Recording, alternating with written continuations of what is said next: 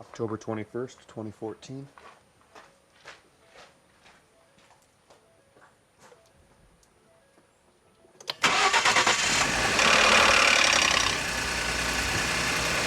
October 22nd, 2014.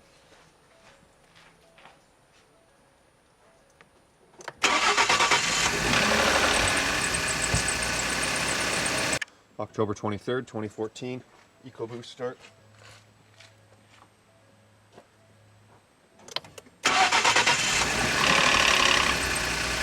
So October 24th, 2014. I drove the truck a lot yesterday, so it's probably going to make the noise. We'll see.